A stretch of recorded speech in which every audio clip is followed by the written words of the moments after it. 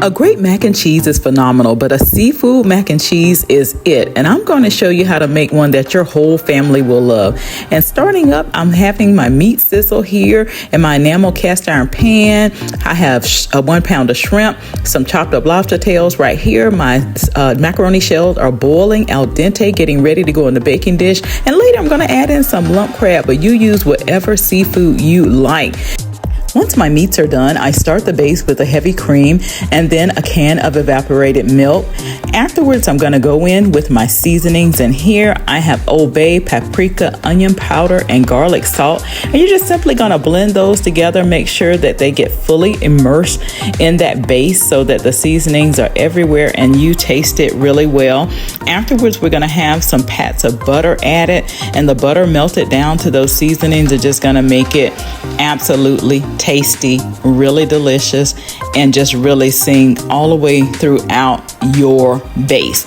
After the base, you're going to add in your cheeses, and you're going to have your Gouda there, your smoked Gouda added in, 2 cups of each. You're going to have your Colby Jack, followed by the sharp cheddar. And I like it in white because I like to keep the sauce a creamy color. So anyway, once you blend it all down, and this is what it looks like, it gets really thick on you and gets really good and blended. And remember to keep your heat on low so that it doesn't scorch from the bottom or your cheese doesn't burn, your whole sauce doesn't burn.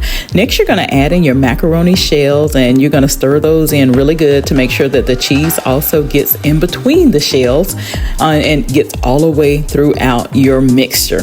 Next up, I'm adding in the seafood. So that was set to the side, and I'm going to add the lobster and the shrimp. And as you're adding those, make sure that you fully stir them in all the way throughout this particular sauce, because as you make it into the full macaroni, you want everybody, once they bite or taste into this, that they get every bit of seafood that you're adding in.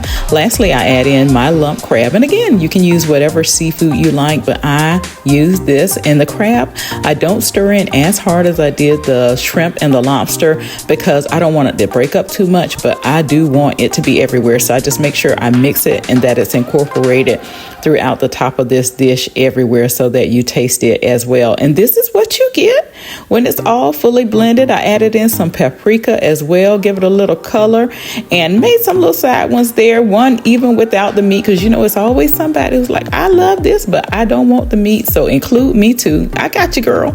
And once it's baked, voila, this is the dish. This is it. 350 degrees for 30 minutes in your oven, and you now have seafood macaroni and cheese, and it serves up really well. I like to serve it right out the oven, so this is what it looks like when it's hot, good and creamy. And you know, I got to get the first taste, so I'm putting it in my taster dish to get it, and it's good and creamy there. But this is what it looks like served as dinner when it's just a little cool, but it's still creamy. And I paired it with some grouper, and it was absolutely delicious, just simply beautiful and delicious. And this is seafood mac and cheese, y'all. Enjoy.